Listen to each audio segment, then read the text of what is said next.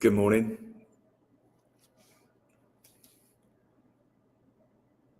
Good morning. Today's lead story in the Times, there are actually two lead stories. The first is about how the Trump administration withdrew a nomination for the Centers for Disease Control just before the vote. He's an anti-vaxxer, and they didn't have enough votes to confirm him, partly because right now, even Robert Kennedy, the health secretary, has been under fire for his anti-vax stance amidst a measles outbreak in Texas that's killed 2 people. That's one lead story. And then right next to it is the other lead story, which is about how Republicans in Congress are handing a lot of oversight power to Donald Trump. I'm going to go with this one today just to talk about, because the other story is sad and significant, but I think the sort of longer term impact of the congressional control story is more interesting and potentially more important for American democracy. So the story really focuses on how congressional Republicans voted for a spending package today that also hands some more oversight to Donald Trump. They used to be able to cancel his tariffs, but as part of the spending package, they're signing away the right to cancel the president's tariffs. Why has the president done this? Partly because he wants to be able to set tariffs without congressional oversight, partly because Republican Congress people don't want to have to be able to justify this stuff in their districts to people who might vote against them. Now, overall, that doesn't feel terribly democratic to me.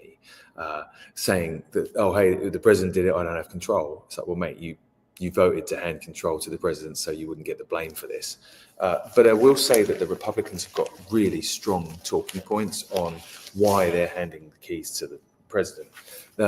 Mike Johnson, Speaker of the House, has said this is like the Super Bowl. This is what we've been waiting for our whole careers, is to give the president the power to reform these inefficient government bodies.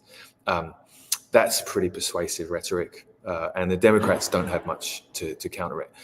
Democratic Twitter and Blue Sky yesterday was up in arms over Chuck Schumer supporting the president's spending package.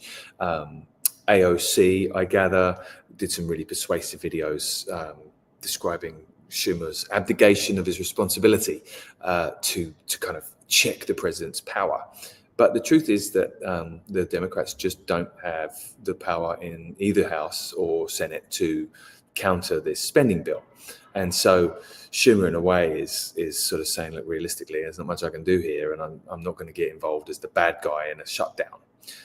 He also said that President Trump and his allies would like a shutdown. It just hands more power to Elon Musk and Trump to kind of effectively do what they want, which is to shut down the government. So what are you going to do?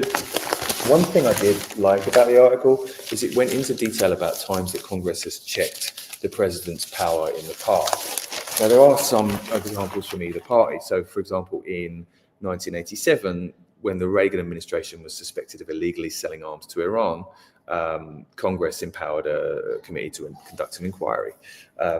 When House Republicans believed the Obama administration was illegally spending money on healthcare subsidies, they filed suit in 2014, and they won a federal ruling that Congress is the only source for such an appropriation. In 2017, when Republicans controlled Congress, a Senate panel investigated whether Russia had interfered in the 2016 election to help his campaign, ultimately issuing a report that supported that finding.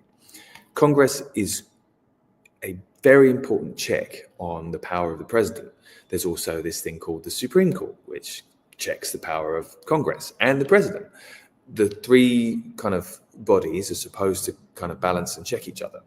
And so when you have a president who has shown that he likes overreaching and gaining more power for himself, I don't think it's a great idea to just hand him the keys to your big supercharged nuclear weapon. There's an interesting thing at the bottom of the story. Their latest efforts for scrutiny of Mr. Musk, Democrats have asked for resolutions of inquiry to require the administration to provide information about Musk. Historically, Congress probably would have said, what's Musk doing? What's going on? apparently GOP lawmakers have huddled with Musk behind closed doors, and they're content with having his cell phone number to raise any concerns they may have. Yeah, I'd just get on the cell phone to call Donald Trump and tell him I'm worried he's a Nazi. It's not enough, guys. You can do better. Thanks for reading the newspaper with me so that you don't have to read the newspaper. My name's Matt Davis. I appreciate you watching. Please do share this with anyone you think might be interested. And thank you for trying to maintain some interest in the newspaper, even when it's very, very difficult. Appreciate you.